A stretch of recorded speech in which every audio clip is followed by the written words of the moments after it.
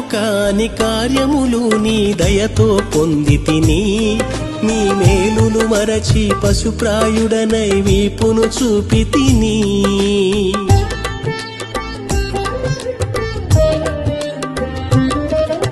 సాధ్యము కాని కార్యములు నీ దయతో పొందితిని